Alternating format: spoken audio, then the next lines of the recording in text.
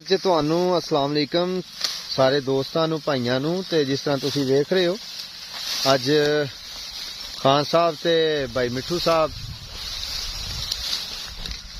Chairman ਸਾਹਿਬ ਸਾਡੇ ਤੇ ਭਾਈ ਮਿੱਠੂ ਸਾਹਿਬ ਅੱਜ ਗੇੜਾ ਦੇ ਰਹੇ ਨੇ ਜੀ ਆਪਣਾ ਇਹ ਚਰੀ ਨੂੰ ਅੱਜ ਸਵੇਰੇ ਸਵੇਰੇ ਬਕਲਮ ਖੁਦ ਵੱਢ ਰਹੇ ਨੇ। ਮੈਂ ਆਖਿਆ ਜੀ ਇਹ ਤੁਸਾਂ ਨਹੀਂ ਚਰੀ ਪਹਿਲਾਂ ਵੱਢੀ ਤੇ ਬਰਸੀਨ ਤੁਸੀਂ ਵੱਢ ਲੈਂਦੇ ਹੋ ਤੇ ਲਿਆਦਾ ਚਰੀ ਅੱਜ मैं खुद ਵੱਢਾਂਗਾ ਤੇ ਨਾਲੇ ਤੁਸਾਂ ਬਸ ਵੇਖਣਾ ਖਲੋ ਕੇ ਕਿ ਵੱਡੀ ਕਿੰਜ ਜਾਂਦੀ ਕੋਈ ਡਿੱਗੀ ਡੁੱਗੀ ਏ ਇਹਨੂੰ ਕਹਿੰਦੇ ਆ ਅਸੀਂ ਜਵਾਰ ਇਧਰ ਕਹਿੰਦੇ ਨੇ ਚਰੀ ਇਹਨੂੰ ਚਰੀ ਨੂੰ ਵੱਢ ਰਹੇ ਨੇ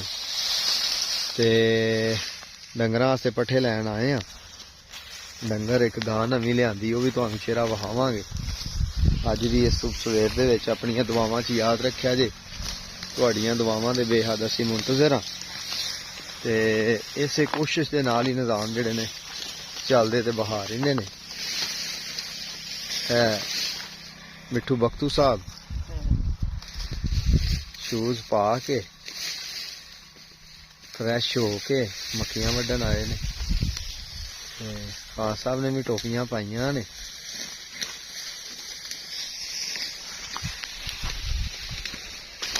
चेयरमैन साहब अज कोई बुग्गा सीधा होना है कि एंजी मतलब गुस्से दे विच ही मक्खियां वड्डनियां ने जी। तो प्यारे दोस्तों जिस तरह आप देख रहे हैं असा पहला की जी ओ सी चरी वड्डी है ते चरी तो बाद हुण असी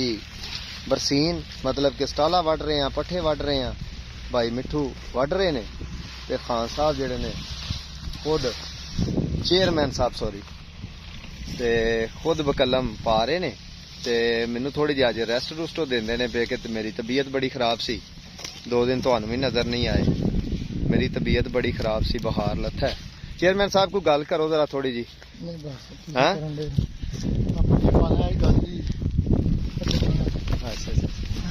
आंदे ने जी पट्ठे चुकना पाना भी भाई गल ही है गल अज तुसी करो अज मेरा मूड नहीं सही है इन्हां दे मूड वास्ते भी दुआ करिया जे मूड इन्हां दा खराब शराब होया है ते सारे भरावां नूं दस्सण दा मकसद ये कि दुआ करो